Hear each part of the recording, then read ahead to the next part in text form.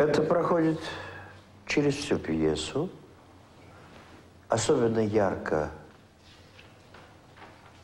выражено сразу с ключевой фразой: «О, если бы предвечный не запретил как самый тяжкий грех самоубийства, то я не стал бы жить». Раз. Дальше с королем, когда он хочет убить его, потом сперва говорит: он молится, какой удобный миг, один удар, и он завьется к небу, и все. Стоп. Так ли? Разберем.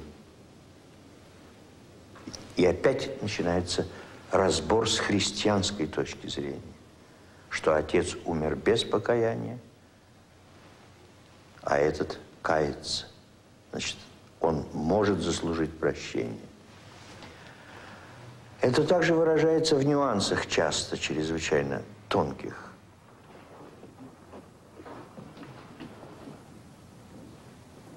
How might I do it? That? No.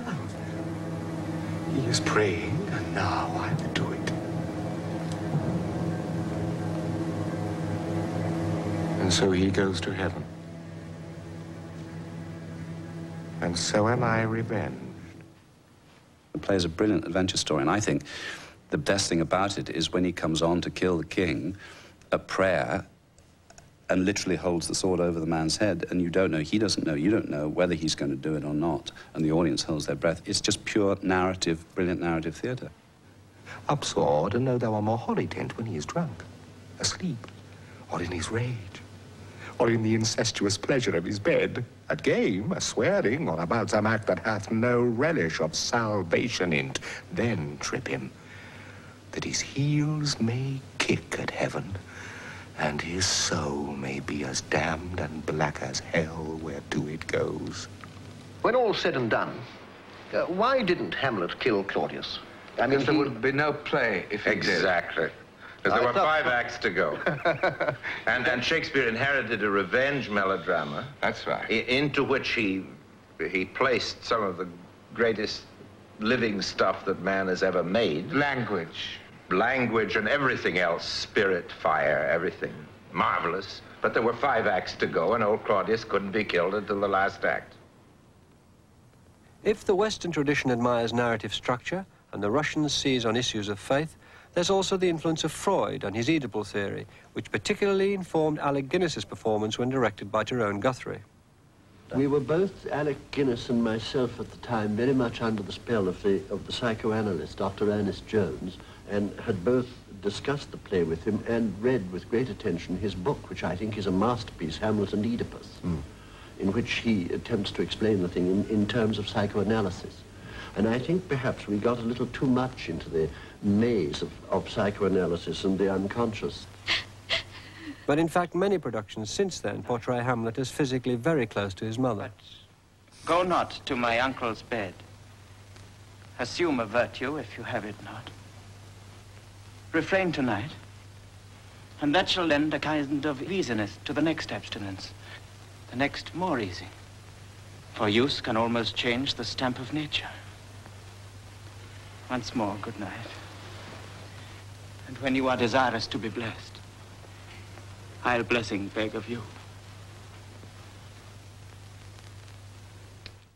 I mean, the Freudian approaches to Hamlet, I've never really understood. I mean, I can see that Shakespeare was ahead of Freud in Richard III, just as he was ahead of Karl Marx in King Lear, when he talked about distribution, undoing excess, and each man having enough. I mean, one is accustomed to him being ahead of most 20th century figures. But I think that Hamlet is a blank page on whom is written the events of the play. This is a very, very great play, so that any kind of system you apply to it is inevitably going to diminish the play, because some of what you're trying to do is let as many meanings blossom as possible, rather than cutting off and blocking the channels of meaning. It doesn't, I believe, lend itself to easy definition, and I believe that any production which does say, oh, it is a revenge play, or oh, it is a political play, is a glib and selective and reductive definition of a play that is much more rich and complex. It's always about private dilemmas confronting public dilemmas or crisscrossing in some way. So that at the sort of emotional climax of the part, which is about two-thirds of the way through, suddenly the outside world breaks in the shape of Fortinbras, the political aggressor, which happens to give rise to what I think is the most interesting soliloquy.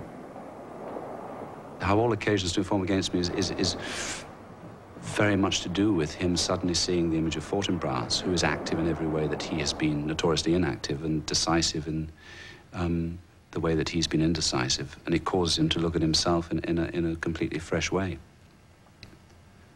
How all occasions do inform against me, spur my dull revenge. What is a man, if his chief good and market of his time be but to sleep and feed? A beast no more. Sure, he that made us with such large discourse, looking before and after, gave us not that capability and godlike reason to fasten us unused.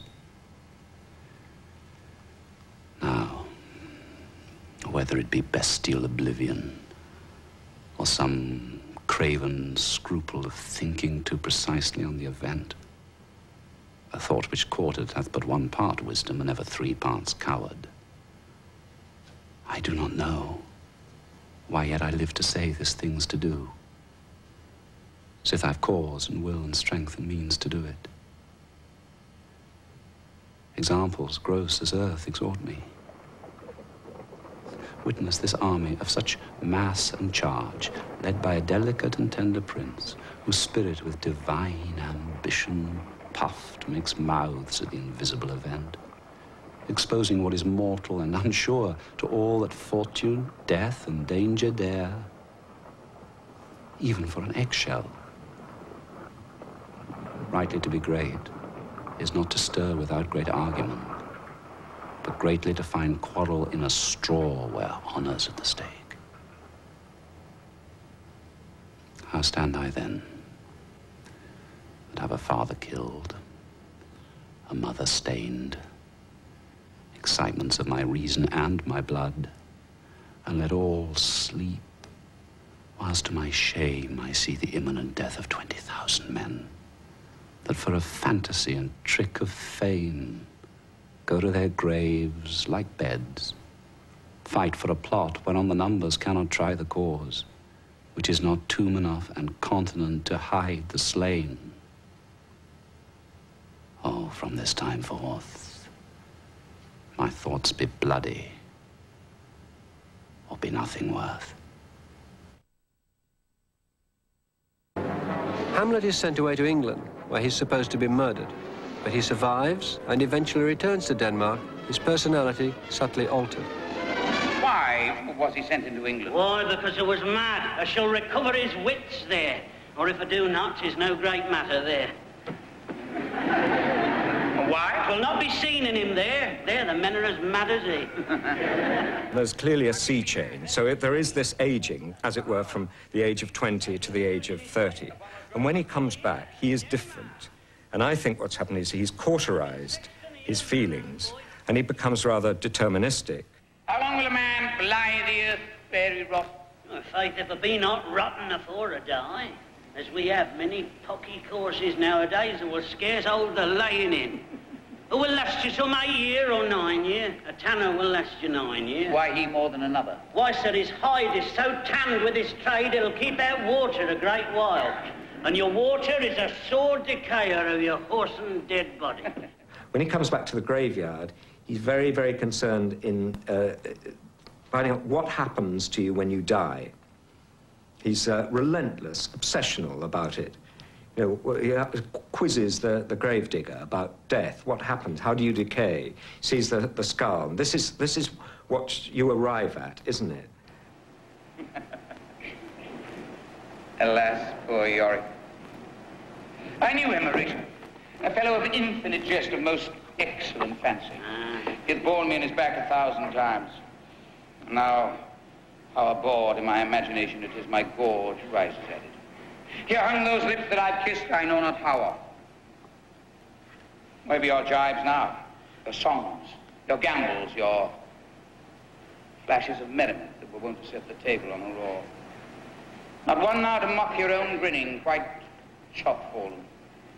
Now get you to my lady's chamber and tell her let her paint an inch thick to this favor. She must come. Make her laugh at that. What I suspect is moving about the character is his ability to fight back.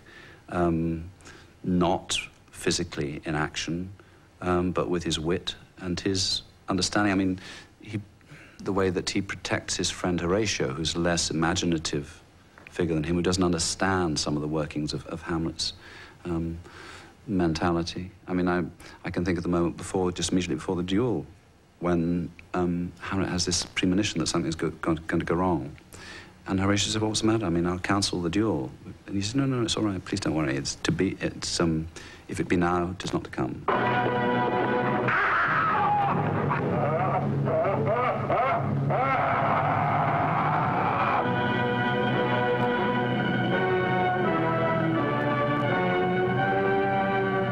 Finally, the plottings, accidents, and revenge all end in a bloody climax as the king, the queen, Hamlet's dueling opponent Laertes, and Hamlet himself are all killed.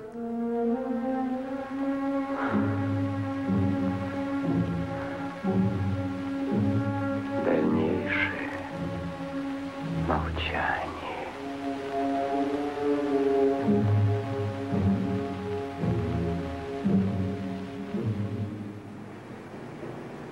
The rest is silence.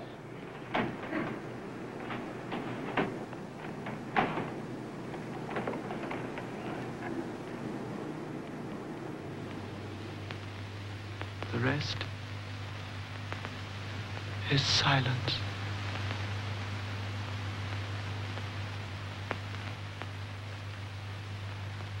All that momentum, all that urge to go and revenge has no satisfaction. At the end, it's like, you know, this was Yorick. It's just a skull. There is nothing there. The rest is silence.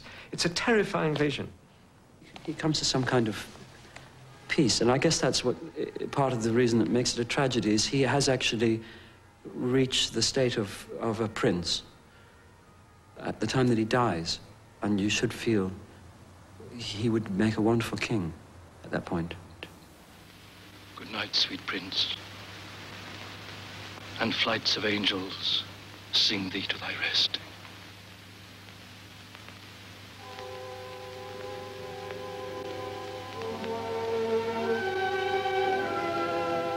That's the journey of the play, that in order to discharge his purpose, he has to assume a man's persona.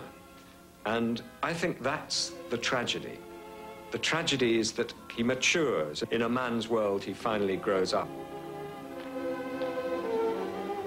It's so painfully touching because one still sees the other Hamlet beneath it.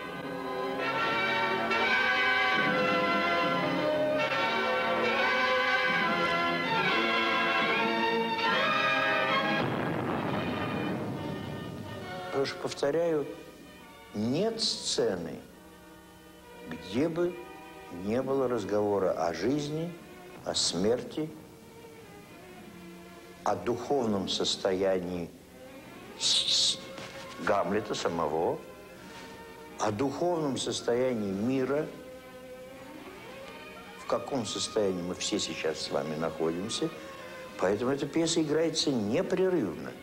Каждое поколение хочет сказать свои тревоги, свои размышления по поводу ситуации конкретной, которая